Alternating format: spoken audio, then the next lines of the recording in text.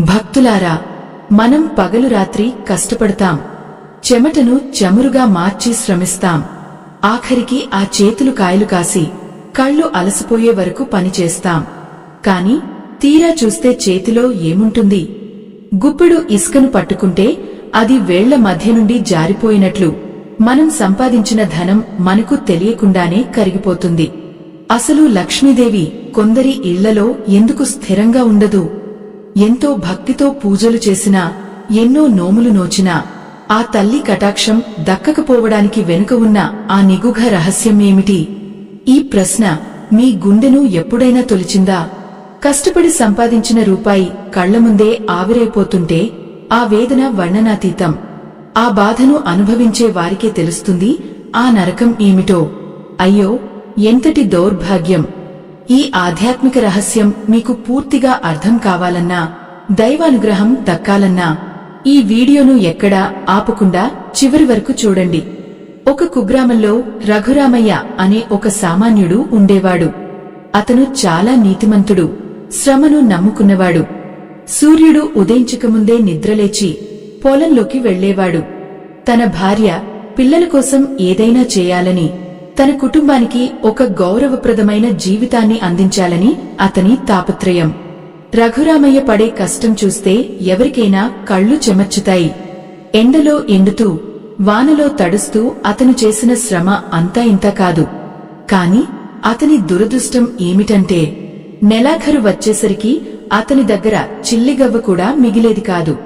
పండించిన పంటకు సరైన ధర రాదు. ఒకవేళ వచ్చినా ఏదో ఒక అనారోగ్యం రూపంలోనో లేదా అనుకోని ఖర్చు రూపంలోనో ఆ డబ్బు అంతా హరించుకుపోయేది. ఒకరోజు సాయంత్రం రఘురామయ్య తన ఇంటి అరుగుమీద కూర్చుని శూన్యంలోకి చూస్తున్నాడు. అతని కళ్లలో కన్నీళ్లు సుడులు తిరుగుతున్నాయి. పక్కనే ఉన్న దీపం మినుకు మినుకుమంటూ వెలుగుతోంది. ఆ వెలుగులో అతని ముఖం మీద ఉన్న ముడతలు, ఆ కష్టపు ఆనవాళ్లు స్పష్టంగా కనిపిస్తున్నాయి. అతను తన మనసులో ఇలా అనుకుంటున్నాడు: దేవా, నేను చేసిన తప్పేమిటి? ఎవరికీ అన్యాయం చేయలేదు, ఎవరి సొమ్ము ఆశించలేదు. మరి నా ఇంట్లో ఈ దారిద్ర్యం ఎందుకు తాండవిస్తోంది? మహాలక్ష్మి నా ఇంటి గడప దాటి లోపలికి ఎందుకు రావడం లేదు? ఆ సమయంలో అతని భార్య సీతమ్మ లోపల నుండి వచ్చింది. ఆమె కళ్లలో కూడా అదే ఆవేదన, అదే నిరాశ. ఆమె తన భర్త పక్కన కూర్చుని మెల్లగా అతని చేతిని పట్టుకుంది. ఆ చేతులు కాయలు కాసి గరుకుగా ఉన్నాయి. ఆ స్పర్శ రఘురామయ్యను మరింత కలిచివేసింది. ఏవండి, మన కష్టాలు ఎప్పుడు తీరుతాయి? మన పిల్లలు ఆకలితో అలమటిస్తుంటే చూడలేకపోతున్నాను అని సీతమ్మ బావురుమంది. ఆ మాటలు రఘురామయ్య గుండెకు బాణంలా తగిలాయి. ఎంతటి వేదన, ఎంతటి కష్టం! సంపాదన ఉంది కాని సంతోషం లేదు. ఇంట్లో ధాన్యం ఉంది కాని అది ఆకలి తీర్చడం లేదు. అంతా ఏదో తెలియని శూన్యం. రఘురామయ్యకు అప్పుడు అనిపించింది, తన జీవితంలో ఏదో ఒక పెద్ద లోపం ఉంది అని. అది కేవలం సంపాదనకు సంబంధించినది కాదు, ఏదో ఒక ఆధ్యాత్మిక కారణం తనను వెంటాడుతోందని అతనికి అర్థమైంది. కాని ఆ కారణమేమిటి? ఆ రహస్యం ఎవరికి తెలుసు? మరుసటి రోజు ఉదయం రఘురామయ్య ఊరి చివర ఉన్న ఒక పాత శివాలయం దగ్గరకు వెళ్లాడు. ఆలయం చాలా ప్రశాంతంగా ఉంది. అక్కడ ఒక సిద్ధుడు ధ్యానంలో కూర్చుని ఉన్నాడు. ఆ సిద్ధుని ముఖంలో ఒక వింతైన తేజస్సు ఉంది. రఘురామయ్య ఆయన పాదాల మీద పడి తన బాధనంతా వెళ్లగక్కాడు. స్వామీ, నా సంపాదన నా దగ్గర నిలవడం లేదు. నేను ఎంత కష్టపడినా దరిద్రం నన్ను వదలడం లేదు. దీనికి పరిష్కారం లేదా అని వేడుకున్నాడు. ఆ సిద్ధుడు మెల్లగా కళ్ళు తెరిచి రఘురామయ్య వైపు జాలిగా చూశాడు. ఆయన చూపుల్లో ఒక మహాసత్యం దాగినట్లు అనిపించింది. సిద్ధుడు మెల్లగా నోరు విప్పి ఇలా అన్నాడు: నాయనా, డబ్బు నిలవకపోవడానికి కారణం కేవలం నీ శ్రమలో లోపం కాదు. నీవు చేసే కొన్ని పనులు, నీవు తీసుకునే కొన్ని నిర్ణయాలు నీకు తెలియకుండానే నీ ఇంటి భాగ్యాన్ని హరిస్తున్నాయి. లక్ష్మీదేవి కేవలం పిలిస్తే రాదు, ఆమె ఉండటానికి ఒక అర్హత కావాలి. నీ ఇంట్లో ఆ తల్లి ఉండకపోవడానికి గల ఆ రహస్యం నీలోనే ఉంది. ఆ మాటలు వినగానే రఘురామయ్య ఒక్కసారిగా ఉలిక్కిపడ్డాడు. తనలోనే లోపముందా? అది ఏమిటి? అతను మరింత ఆతృతతో ఆ సిద్ధుని వైపు చూశాడు. ఆ సిద్ధుడు చెప్పబోయే ఆ కళ్లు తెరిపించే సత్యం కోసం రఘురామయ్య ప్రాణం ఉత్కంఠతో కొట్టుకుంటోంది. ఆ రహస్యం ఏమిటో తెలిస్తే ఎవరైనా నివ్వెరపోవాల్సిందే. ఆ సత్యం మీ జీవితాలను కూడా మార్చగలదు. ఆ సిద్ధుడు మెల్లగా తన కళ్ళు సగం మూసుకుని గంభీరమైన స్వరంతో ఇలా చెప్పసాగాడు. నాయనా, నువ్వు పడే కష్టం నాకు కనిపిస్తోంది. నీ చేతుల మీద ఉన్న ఆ కాయలు, నీ కళ్లలో ఉన్న ఆ అలసట అంతా నీ శ్రమకు నిదర్శనం. కాని ఒక్కటి గుర్తుంచుకో, కేవలం చెమట ఓడ్చినంత మాత్రాన ధనం నిలవదు. లక్ష్మీదేవి చంచలమైనది. ఆమె నీ ఇంటికి రావడానికి ఒక మార్గం ఉంటే ఆమె బయటకు వెళ్లిపోవడానికి 100 మార్గాలు ఉంటాయి. నువ్వు తెచ్చే ప్రతి రూపాయి వెనుక ఒక శక్తి ఉంటుంది. ఆ శక్తి పవిత్రమైనదైతేనే అది నీ దగ్గర నిలుస్తుంది. లేదంటే అది కర్పూరంలా హరించుకుపోతుంది. ఆ మాటలు వింటుంటే రఘురామయ్య గుండెల్లో ఏదో తెలియని భయం మొదలైంది. తను ఎప్పుడూ ఎవరినీ మోసం చేయలేదే, ఎవరి సొమ్మును ఆశించలేదే, మరి తన సంపాదన ఎందుకు అపవిత్రం అవుతుంది? అతను గద్గద స్వరంతో, స్వామి, నేను అబద్ధం ఆడను, అన్యాయం చేయను. మరి నా ధనం ఎందుకు నిలవడం లేదు? నా పిల్లలకు పట్టెడన్నం పెట్టడానికి కూడా నేను ఎందుకు ఇంతగా పోరాడాలి? అయ్యో, నా దౌర్భాగ్యం కాకపోతే మరేమిటి అని అంటుంటే అతని కళ్ల నుండి కన్నీళ్లు ధారలుగా కారుతున్నాయి. ఆ సిద్ధుడు అతడిని శాంతించమన్నట్లుగా చెయ్యి ఎత్తాడు. ఆలయ ప్రాంగణంలోని ఆ పాత మర్రిచెట్టు ఆకులు గాలికి రెపరెపలాడుతున్నాయి. ఆ శబ్దం రఘురామయ్య మనసులో ఉన్న ఆందోళనకు ప్రతిబింబంలా అనిపిస్తోంది. రఘురామయ్య, విను. ధనం నిలవకపోవడానికి ప్రధానంగా 3 కారణాలు ఉంటాయి. మొదటిది, నువ్వు సంపాదించే విధానంలో దోషం. రెండోది, ఆ ధనాన్ని నువ్వు భద్రపరిచే చోట ఉన్న దోషం. ఇక మూడోది, నీ నోటి నుండి వచ్చే మాటలు. ఈ మూడింటిలో ఎక్కడ తేడా వచ్చినా ఆ మహాలక్ష్మి నీ గడప దాటదు. నువ్వు రోజంతా కష్టపడి ఇంటికి తిరిగి వచ్చేటప్పుడు నీ మనసులో ఏముంటుందో ఒక్కసారి ఆలోచించు. నా బ్రతుకు ఇంతేనా? ఈ కష్టం ఎప్పటికి తీరదా? నాకు మాత్రమే ఎందుకు ఇన్ని కష్టాలు అని నువ్వు అనుక్షణం కుమిలిపోతావు కదా. అది నీ ఇంటి భాగ్యాన్ని హరిస్తోంది. సిద్ధుడు చెప్పే ప్రతిమాట రఘురామయ్య గుండెను తాకుతోంది. అవును, తను ఎప్పుడూ అసంతృప్తితోనే ఉంటాడు. తన దగ్గర ఉన్నదాని గురించి సంతోషించకుండా లేనిదాని గురించి నిరంతరం బాధపడుతూ ఉంటాడు. ఎంతటి వేదన! నేను నా దరిద్రాన్ని నా మాటలతోనే ఆహ్వానిస్తున్నానా స్వామీ అని అడిగాడు రఘురామయ్య. ఆ సిద్ధుడు మెల్లగా తల ఊపి, అవును నాయనా, నీ ఇల్లే నీ దేవాలయం. ఆ ఇంట్లో నువ్వు చేసే ప్రతి పని, నువ్వు మాట్లాడే ప్రతి మాట ఆ లక్ష్మీదేవికి వినబడుతుంది. నువ్వు ఎప్పుడైతే దరిద్రాన్ని గురించి ఎక్కువగా మాట్లాడుతావో ఆ దరిద్రదేవతే నీ ఇంట్లో తిష్టవేస్తుంది. కాని ఇది కేవలం మాటలకు సంబంధించింది మాత్రమే కాదు, నీ అలవాట్లు కూడా దీనికి కారణం. రఘురామయ్య నిశ్శబ్దంగా వింటున్నాడు. ఆలయపు పాతరాళ్ల మీద నుండి వస్తున్న చల్లటి గాలి అతనికి కొంచెం ఉపశమనాన్ని ఇస్తోంది. సిద్ధుడు ఇంకా ఇలా చెప్పసాగాడు. నువ్వు సంపాదించిన డబ్బులో ఒక చిన్న భాగాన్ని అయినా ధర్మ కార్యాలకు ఉపయోగిస్తున్నావా? ఆకలితో ఉన్న ప్రాణికి ఒక్క ముద్ద అన్నం పెడుతున్నావా? ధనం అనేది ప్రవహించే నీరులాంటిది. అది ఒకే చోట ఆగిపోకూడదు. అది ప్రవహిస్తూ ఉండాలి. అంటే అది 10 మందికి ఉపయోగపడాలి. అలా ఉపయోగపడని ధనం కేవలం నీ స్వార్థం కోసమే దాచుకోవాలనుకునే ధనం క్రమంగా విషంగా మారి నీ ఇంట్లో ఉన్న మిగిలిన సంపదను కూడా తినేస్తుంది. అయ్యో! రఘురామయ్యకు అప్పుడు గుర్తొచ్చింది. పోయిన నెల తన పొరుగున ఉన్న రంగయ్య భార్య అనారోగ్యంతో బాధపడుతుంటే సాయం అడగడానికి వచ్చాడు. అప్పుడు రఘురామయ్య తన దగ్గర డబ్బు ఉన్నా కూడా తన అవసరాల కోసం కావాలని చెప్పి అతడిని పంపించేశాడు. ఆ సంఘటన ఇప్పుడు అతని కళ్ల ముందు కదలాడుతోంది. అతని మనసు వికలమైపోయింది. తన స్వార్థం వల్ల ఒక ప్రాణం పడే వేదనను తను పట్టించుకోలేదు. ఎంతటి పాపం చేశాను! నా స్వార్థమే నా సంపదను నాశనం చేస్తోందా? అని అతను తనలో తాను మదనపడసాగాడు. సిద్ధుడు అతని మనసును చదివినట్లుగా, చూడు రఘురామయ్య, ప్రకృతి నియమం ఒకటే. నువ్వు ప్రపంచానికి ఏమి ఇస్తావో అదే నీకు తిరిగి వస్తుంది. నువ్వు పిసినారితనంతో ధనాన్ని పట్టుకుంటే అది నీ చేతుల్లో నుండి జారిపోతుంది. నువ్వు ఉదారతతో దాన్ని పంచిపెడితే అది రెట్టింపు అయి నీ దగ్గరకు చేరుతుంది. కాని దీనికంటే భయంకరమైన మరొక కారణం ఉంది. అది నీ ఇంటి గడప లోపలే ఉంది. నీవు తెలియకుండానే చేసే ఒక పెద్ద తప్పు నీ ఇంటి ఐశ్వర్యాన్ని నిప్పులా దహించివేస్తోంది. ఆ మాట అనగానే రఘురామయ్య ఒక్కసారిగా వణికిపోయాడు. తన ఇంటి గడప లోపల తను చేస్తున్న ఆ భయంకరమైన తప్పు ఏమిటి?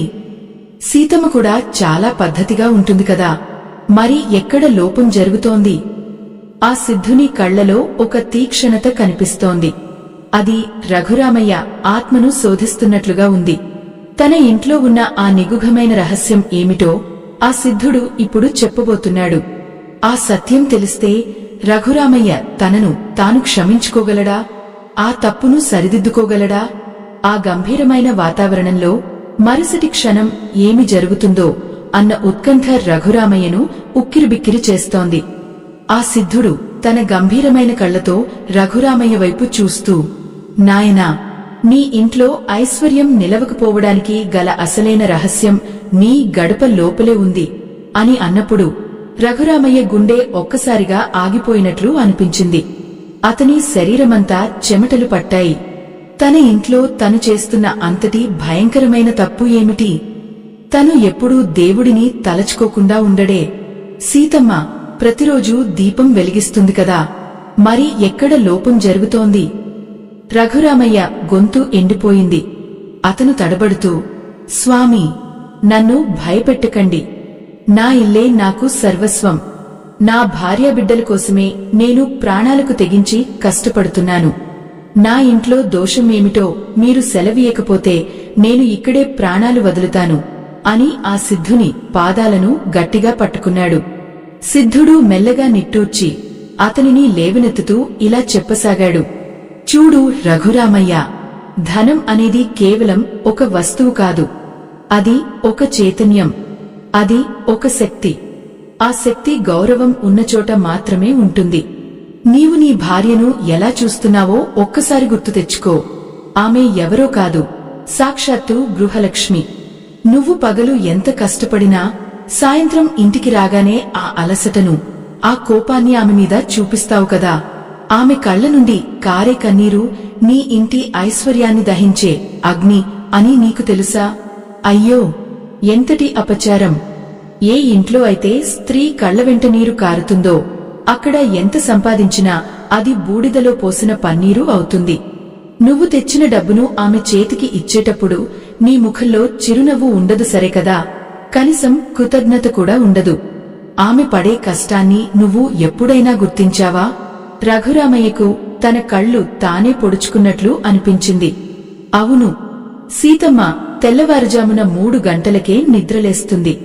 ఇల్లంతా ఊడ్చి, ముగ్గువేసి, వంట చేసి, పిల్లలను సిద్ధం చేసి, రాత్రయ్యేసరికి ఆమె కూడా ఎంతో అలసిపోతుంది. కాని తను ఎప్పుడూ ఆమెను ఒక్క మంచి మాట అన్నది లేదు. పైగా నేను కష్టపడితేనే కదా మీరంతా తింటున్నది అని అహంకారంతో మాట్లాడేవాడు. ఆ మాటలు ఆమె మనసును ఎంతగా గాయపరిచాయో ఇప్పుడు రఘురామయ్యకు అర్థమవుతోంది.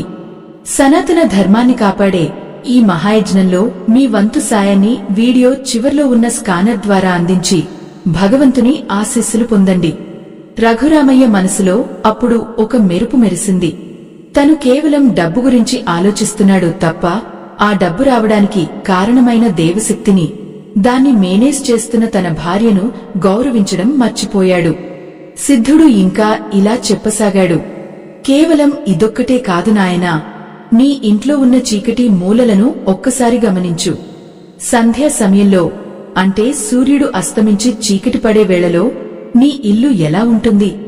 ఆ సమయంలో నువ్వు ఎక్కడ ఉంటావు? చాలామంది చేసే తప్పు ఇదే. సాయంత్రం వేళ లక్ష్మీదేవి సంచరించే సమయం. ఆ సమయంలో ఇల్లంతా దీపపు వెలుగుతో కళకళలాడాలి. కాని నువ్వు ఆ సమయంలో వీధి అరుగుమీద కూర్చుని పనికిరాని లోకాభిరామాయణం మాట్లాడుతుంటావు. నీ ఇంట్లో దీపం ఆలస్యంగా వెలుగుతుంది. ఇల్లంతా దుమ్ము, ధూళి, పాత సామాన్లు పేరుకుపోయి ఉంటాయి. ఐశ్వర్య, లక్ష్మి పరిశుభ్రత లేని చోట, వెలుగులేని చోట ఒక్క క్షణం కూడా ఉండదు. నీవు సంపాదించిన డబ్బును ఎక్కడ పెడుతున్నావో కూడా చూసుకో. దానిని అగౌరవంగా ఎక్కడ పడితే అక్కడ పడేయడం, ఆ నోట్ల కట్టలను నిర్లక్ష్యంగా చూడటం, ఇవన్నీ ఆ తల్లిని అవమానించడమే. ఎంతటి వేదన, ఎంతటి అజ్ఞానం! రఘురామయ్య గుండె భారమైపోయింది. తను సంపాదన కోసం ఊరంతా తిరుగుతున్నాడు, కాని ఆ సంపాదనను నిలబెట్టుకోవాల్సిన ప్రాథమిక సూత్రాలను విస్మరించాడు. సిద్ధుని మాటలు వింటుంటే తన ఇల్లు ఒక అపవిత్రమైన ప్రదేశంగా మారిపోయిందని అతనికి అనిపించింది. స్వామీ, నేను చేసిన తప్పులు ఇప్పుడు నాకు స్పష్టంగా కనిపిస్తున్నాయి. అజ్ఞానంతో నేను నా సంపదను నేనే తరిమికొట్టాను. ఇప్పుడు దీనికి ప్రాయశ్చిత్తం ఏమిటి? ఆ తల్లి మళ్ళీ నా ఇంట్లో స్థిరంగా ఉండాలంటే నేను ఏం చేయాలి? దయచేసి మార్గం చూపండి అని వేడుకున్నాడు. సిద్ధుడు ఆకాశం వైపు చూస్తూ ఒక నిగుభమైన నవ్వు నవ్వాడు. పరిష్కారం నీ చేతుల్లోనే ఉంది నాయనా, కాని ఆ మార్గం అంత సులభం కాదు. నీవు నీ ప్రవర్తనను మార్చుకోవడమే కాదు, నీ పూర్వీకుల నుండి వస్తున్న ఒక శాపం కూడా నీ ఇంటిని వెంటాడుతోంది. ఆ శాపం ఏమిటో, దానిని ఎలా తొలగించుకోవాలో తెలుసుకోవడం నీకు చాలా అవసరం. అది తెలియకపోతే నువ్వు ఎన్ని దీపాలు వెలిగించినా, ఎన్ని పూజలు చేసినా ప్రయోజనం ఉండదు అని అన్నాడు. ఆ మాట వినగానే రఘురామయ్య కాళ్ల కింద భూమి కదిలినట్లు అనిపించింది. శాపమా? తన వంశానికి శాపం ఉందా? ఆ భయంకరమైన సత్యం రఘురామయ్యను ఉక్కిరిబిక్కిరి చేస్తోంది. తన తండ్రి కాని, తన తాత కాని చేసిన ఆ పొరపాటు ఏమిటి? అది ఇప్పుడు తన పిల్లలను కూడా వెంటాడుతోందా? ఆ రహస్యం మరింత భయంకరంగా ఉండబోతుందో అని రఘురామయ్య గుండె వేగంగా కొట్టుకుంటోంది. ఆ ఆలయపు గంట ఒక్కసారిగా మోగింది. అది ఒక హెచ్చరికలా రఘురామయ్య చెవుల్లో మారుమోగుతోంది. ఆ దేవాలయపు గంట మోగుతుంటే ఆ శబ్దం రఘురామయ్య గుండెను బలంగా బాదుతున్నట్లు అనిపించింది. అది కేవలం లోహపు శబ్దం కాదు, కాలం చేస్తున్న హెచ్చరికలా అతని పాపపు మూటను కదిలిస్తున్నట్లుగా ఉంది. సిద్ధుడు గంభీరంగా రఘురామయ్య వైపు చూస్తూ, నాయనా, భయపడకు. సత్యం ఎప్పుడు చేదుగానే ఉంటుంది, కాని అది కళ్ళు తెరిపిస్తుంది.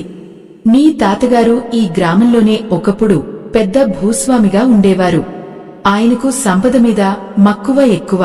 ఆ మక్కువ కాస్త అత్యాశగా మారింది. ఒకానొక సమయంలో తన పొలంలో కాయకష్టం చేసిన ఒక నిరుపేద వితంతువుకు ఇవ్వాల్సిన కూలీని ఆయన ఎగవేశారు. ఆ తల్లి ఆకలితో అలమటిస్తూ తన బిడ్డల కన్నీళ్లు చూస్తూ నీ తాతగారి గుమ్మం ముందే ప్రాణాలు విడిచింది. చనిపోయే ముందు ఆమె అన్న మాటలు, నీ సంపద నీ కళ్ల ముందే ఆవిరైపోవాలి, నీ వంశంలో ఎవరూ సుఖపడకూడదు అన్న ఆ శాపం ఒక అదృశ్య శక్తిలా మీ కుటుంబాన్ని వెంటాడుతోంది. అయ్యో, ఎంతటి ఘోరం! రఘురామయ్య కాళ్లు తడబడ్డాయి. ఆ వితంతువు ఆకలి కేకలు తన చెవుల్లో ఇప్పుడే వినిపిస్తున్నట్లు అతను భ్రమపడ్డాడు. ఎంతటి వేదన, ఎంతటి అపచారం! ఒక నిరుపేద కడుపు కొట్టి సంపాదించిన ఆ ధనం విషపు పాములా మారి వంశాలనే మింగేస్తోంది. స్వామీ, నా తాత చేసిన తప్పుకు నేను శిక్ష అనుభవించాలా? నా బిడ్డలు ఆకలితో అలమటించాలా? అని రఘురామయ్య వెక్కి వెక్కి ఏడవడం మొదలుపెట్టాడు. సిద్ధుడు మెల్లగా అతని భుజం తట్టి, కర్మ సిద్ధాంతం చాలా విచిత్రమైనది నాయనా. తండ్రి చేసిన అప్పు కొడుకు ఎలా తీరుస్తాడో, పూర్వీకులు చేసిన పాపఫలాన్ని కూడా సంతానమే అనుభవించాల్సి వస్తుంది. నీవు ఎంత సంపాదించినా ఆ పాత రుణం ఆ ధనాన్ని లాగేసుకుంటోంది. నీ చేతికి అందే ప్రతి రూపాయిలో ఆ వితంతువు కన్నీటి చుక్క దాగి ఉంది.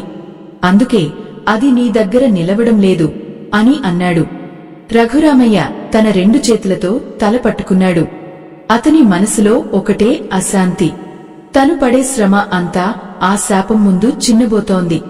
తను తెచ్చే ప్రతి గింజ ఆ వితంతువు ఉసురుతో నిండి ఉందా? ఎంతటి దురదృష్టం!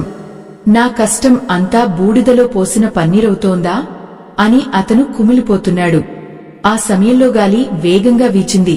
ఆలయంలోని దీపాలు ఆరిపోతాయేమో అన్నట్లుగా ఆగిసలాడుతున్నాయి. సిద్ధుడు ఆకాశం వైపు చూస్తూ, సనాతన ధర్మాన్ని కాపాడే ఈ మహాయజ్ఞంలో మీ వంతు సాయాన్ని వీడియో చివర్లో ఉన్న స్కానర్ ద్వారా అందించి భగవంతుని ఆశీస్సులు పొందండి. నాయనా రఘురామయ్య, ఈ రుణ విముక్తి జరగాలంటే నువ్వు కేవలం ఏడిస్తే సరిపోదు. దానికి ఒక మార్గం ఉంది. కాని ఆ మార్గంలో నడవడం నీకు సాధ్యమేనా అని ప్రశ్నించాడు. రఘురామయ్య తడబడుతూనే లేచి నిలబడ్డాడు. అతని కళ్లలో ఒక కొత్త నిశ్చయం కనిపిస్తోంది. స్వామీ, నా బిడ్డల భవిష్యత్తు కోసం, నా వంశం బాగుపడటం కోసం మీరు ఏది చెప్పినా చేయడానికి సిద్ధంగా ఉన్నాను.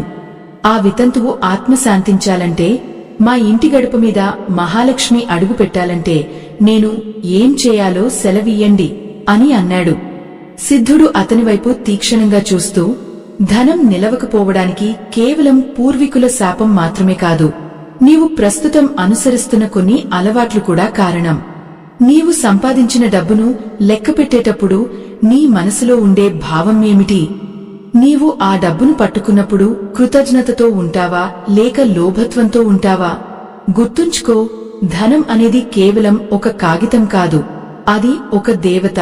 నీవు దాన్ని ఎలా గౌరవిస్తావో అది నీకు అలాగే ప్రతిఫలాన్ని ఇస్తుంది. సిద్ధుని మాటలు వింటుంటే రఘురామయ్యకు తన జీవితం ఒక తెరవబడిన పుస్తకంలా అనిపించింది. తను సంపాదించిన డబ్బును ఎప్పుడూ భయంతోనే చూసేవాడు. ఈ డబ్బు ఖర్చైపోతుందేమో, రేపు ఎలా గడుస్తుందో అన్న ఆందోళనే తప్ప ఆ ధనాన్ని ఇచ్చిన భగవంతుడికి ఎప్పుడూ కృతజ్ఞత చెప్పుకోలేదు. ఆ నెగిటివ్ ఎనర్జీయే తన ధనాన్ని హరిస్తోందని అతనికి అర్థమైంది. అయ్యో, నా అజ్ఞానమే నా దరిద్రానికి పునాది అని తెలుసుకోలేకపోయాను అని అతను తనలో తాను బాధపడ్డాడు. సిద్ధుడు మెల్లగా లేచి ఆలయ గర్భగుడి వైపు నడిచాడు. రఘురామయ్య కూడా ఆయన వెంటే వెళ్లాడు. అక్కడ ఉన్న శివలింగం మీద ఒక పాత నాణెం ఉంది. సిద్ధుడు ఆ నాణేన్ని చేతిలోకి తీసుకుని, చూడు నాయనా, ఈ నాణెం వెనుక ఒక కథ ఉంది. ఇది నీవు సంపాదించే ప్రతి రూపాయికి ఒక సంకేతం. నీవు ధనాన్ని ఎలా సంపాదించాలి, ఎలా ఖర్చు చేయాలి, ఎలా దాచుకోవాలి అనేదాని గురించి మన పెద్దలు కొన్ని రహస్యాలను చెప్పారు. ఆ రహస్యాలను పాటించకపోవడం వల్లే నేటి సమాజంలో సంపాదన ఉన్నా సంతోషం ఉండటం లేదు అని చెప్పాడు. రఘురామయ్య ఆ సిద్ధుని మాటలను ఒడిసిపట్టుకున్నాడు. ఆ రహస్యాలు ఏమిటి? తన జీవితాన్ని మార్చే ఆ అద్భుతమైన మార్గం ఏది?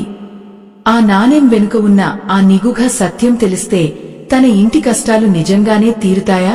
సిద్ధుడు చెప్పబోయే ఆ తదుపరి విషయాలు రఘురామయ్య జీవితాన్నే కాదు, అతని ఆలోచన దృక్పథాన్ని కూడా మార్చబోతున్నాయి. రాత్రి క్రమంగా పెరుగుతోంది. ఆలయం చుట్టూ ఉన్న అడవిలో వింత శబ్దాలు వినిపిస్తున్నాయి. కాని రఘురామయ్యకు ఆ శబ్దాలేవీ వినిపించడం లేదు. అతని దృష్టంతా సిద్ధుని మీద, ఆయన చెప్పబోయే ఆ మహాసత్యం మీదనే ఉంది. ఆ సత్యం అతనిని ఏ వైపునకు నడిపిస్తుంది? అతని కన్నీళ్లు తుడిచే ఆ వెలుగు ఎప్పుడు కనిపిస్తుంది? ఆ ఉత్కంఠ రఘురామయ్య మనసును తొలిచేస్తోంది. ఆ సిద్ధుడు ఆ పాత నాణేన్ని రఘురామయ్య అరచేతిలో పెడుతూ, నాయనా, ఈ నాణెం స్పర్శ నీకు ఎలా అనిపిస్తోంది అని అడిగాడు. రఘురామయ్య ఆశ్చర్యపోయాడు. అది కేవలం ఒక లోహపు ముక్కలా లేదు, ఏదో ఒక వెచ్చని శక్తి తన నరాల్లోకి ప్రవహిస్తున్నట్లు అనిపించింది. సిద్ధుడు మెల్లగా ఇలా చెప్పసాగాడు, ధనానికి ప్రాణం ఉంటుంది రఘురామయ్య. మనం దాన్ని కేవలం మన అవసరాలను తీర్చుకునే వస్తువుగా చూస్తే అది కూడా మనల్ని అలాగే చూస్తుంది. నువ్వు సంపాదించిన డబ్బును నీవు ఎక్కడ దాస్తున్నావు? చాలామంది డబ్బును చిందరవందరగా, అగౌరవంగా ఎక్కడ పడితే అక్కడ పడేస్తారు. ఆ తల్లికి అది ఎంతటి అవమానం! నీవు సంపాదించిన మొదటి రూపాయిని కళ్లకు అద్దుకుని మనస్ఫూర్తిగా ఆ తల్లికి కృతజ్ఞత చెప్పుకున్నావా? లేదు కదా? రఘురామయ్య తలదించుకున్నాడు. అవును, తను డబ్బును కేవలం అంకెల రూపంలోనే చూశాడు. సిద్ధుడు ఇంకా ఇలా అన్నాడు, ముఖ్యంగా నీవు ధనాన్ని ఇచ్చేటప్పుడు నీ మనసు ఎలా ఉంటుంది? ఎవరికైనా డబ్బు ఇచ్చేటప్పుడు అయ్యో వెళ్ళిపోతోంది అని బాధపడితే ఆ ధనం తిరిగి నీ దగ్గరకు రావడానికి ఇష్టపడదు. అది నీకు భారం అని భావిస్తుంది. అదే నువ్వు సంతోషంగా ఈ ధనం మరొకరికి ఉపయోగపడుతోంది అని ఇస్తే అది పదింతలే నీ దగ్గరకు చేరుతుంది. కాని నీవు మాత్రం ఎప్పుడూ లోభత్వంతో అసంతృప్తితోనే ఉన్నావు. నీ ఇంట్లో లక్ష్మీదేవి ఎందుకు నిలవాలి? ఆలోచించు. ఆ మాటలు రఘురామయ్య గుండెను తొలిచేస్తున్నాయి. అయ్యో, ఎంతటి సత్యం! రఘురామయ్య గుండెల్లో ఆ మాటలు ఈటెల్లా దిగాయి. ఎంతటి వేదన! తన అజ్ఞానం వల్ల తానే తన సంపదకు శత్రువుగా మారాడు. సిద్ధుడు కొనసాగించాడు. ఇంకొక ముఖ్యమైన రహస్యం ఉంది. నీ వంటగది. అవును రఘురామయ్య, నీ ఇంటి వంటగది కేవలం ఆహారం వండే చోటు కాదు. అది అన్నపూర్ణ నిలయం. ఏ ఇంట్లో అయితే వంటగది అశుభ్రంగా ఉంటుందో, ఏ ఇంట్లో అయితే వంట చేసే స్త్రీ విచారంగా ఉంటుందో, ఆ ఇంట్లో లక్ష్మీదేవి ఒక్క క్షణం కూడా ఉండదు. నీవు సంపాదించిన దానిలో ఒక చిన్న భాగాన్ని అయినా నీ తల్లిదండ్రులకు లేదా నీకు జన్మనిచ్చిన ఆ మట్టికి ఉపయోగిస్తున్నావా? కృతజ్ఞత లేని చోట సంపద ఉండదు. సంపాదన పెరగాలంటే ముందుగా హృదయం విశాలం కావాలి. రఘురామయ్యకు తన వృద్ధ తల్లిదండ్రులు గుర్తొచ్చారు. వారు ఎంతో ఆశగా తన కోసం ఎదురుచూస్తుంటారు. కాని తను తన సంపాదన చాలడం లేదనే నెపంతో వారిని నిర్లక్ష్యం చేశాడు. వారి ఆశీస్సులు లేని సంపాదన ఎంత ఉన్నా అది వృధానే అని అతనికి ఇప్పుడు బోధపడింది. అతని కళ్ల నుండి కన్నీళ్లు ఆగడం లేదు. సిద్ధుడు ఆ గర్భగుడి లోపల ఉన్న ఒక చిన్న మట్టి ప్రమిదను చూపించి, చూడు నాయనా, ఈ ప్రమిదలోని జ్యోతి వెలగాలంటే నూనె ఉండాలి, వత్తి ఉండాలి. అలాగే దాన్ని కాపాడే ప్రమిద కూడా ఉండాలి. నీ జీవితంలో కష్టం వత్తి అయితే నీ నీతి నూనె కావాలి. నీ ప్రవర్తనే ఆ ప్రమిద. ఈ మూడింటిలో ఏది లోపించినా నీ జీవితంలో చీకటే మిగులుతుంది అని అన్నాడు. ఆ సమయంలో ఆ ఆలయ ప్రాంగణంలో గాలి ఒక్కసారిగా నిశ్శబ్దమైపోయింది.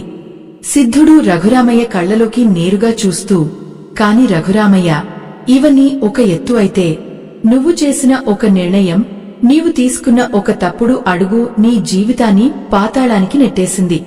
ఆ నిర్ణయం ఏమిటో నీకు తెలుసా? అది నీవు మరచిపోయిన ఒక వాగ్దానం.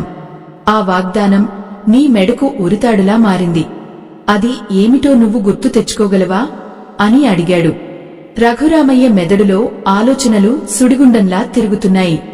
తాను చేసిన వాగ్దానమా? ఎవరికి? ఎప్పుడు? అతని మనసు పాత జ్ఞాపకాల్లోకి, చీకటి మలుపుల్లోకి వెళ్లిపోయింది. ధనం సంపాదించడం అంటే కేవలం అంకెల వేట కాదు. అది ఒక యజ్ఞం. ఆ యజ్ఞంలో నీవు సమర్పించే హవిస్సు నీ నిజాయితీ.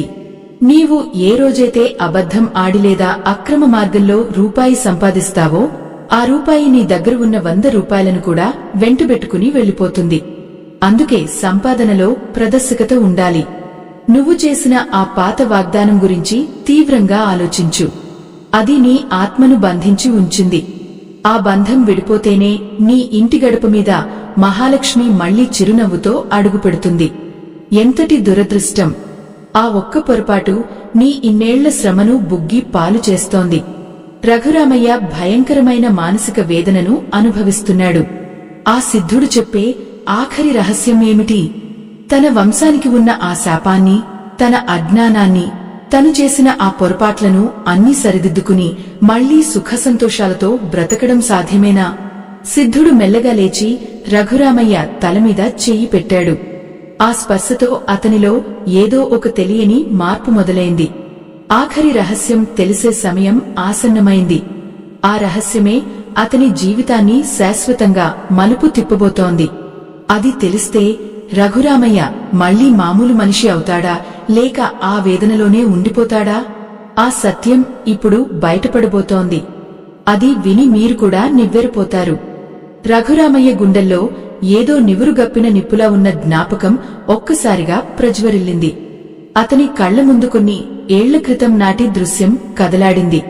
అప్పుడు అతని చిన్న కొడుకు భయంకరమైన జ్వరంతో ఊపిరి తీసుకోవడానికి కూడా కష్టపడుతున్న సమయం. వైద్యులు కూడా చేతులెత్తేసిన ఆ చీకటి రాత్రి.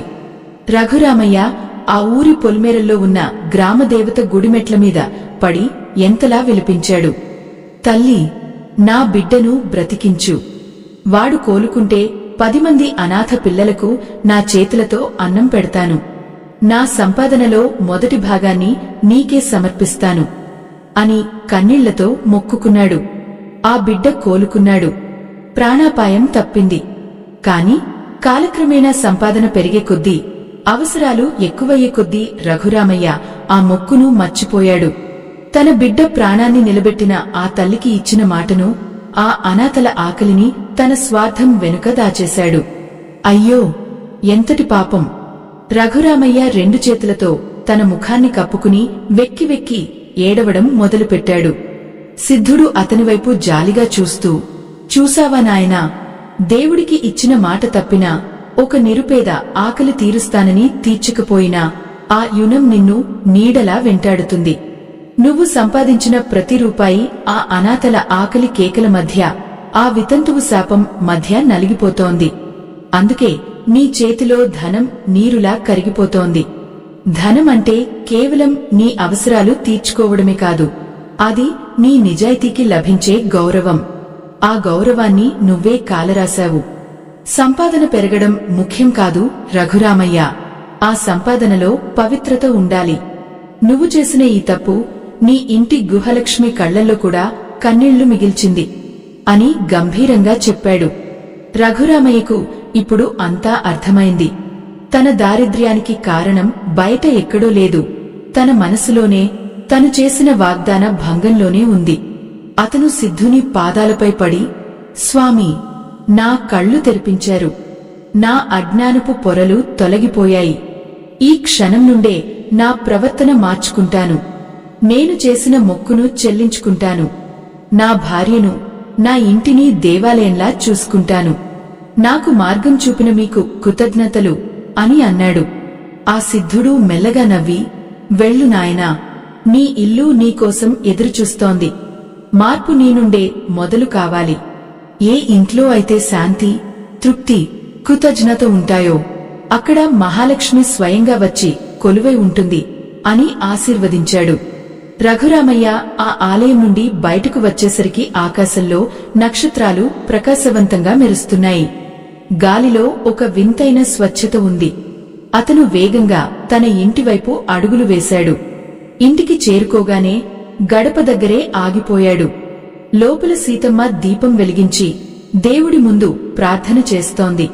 ఆమె ముఖంలో ఎప్పుడు లేని ఒక ప్రశాంతత కనిపించింది.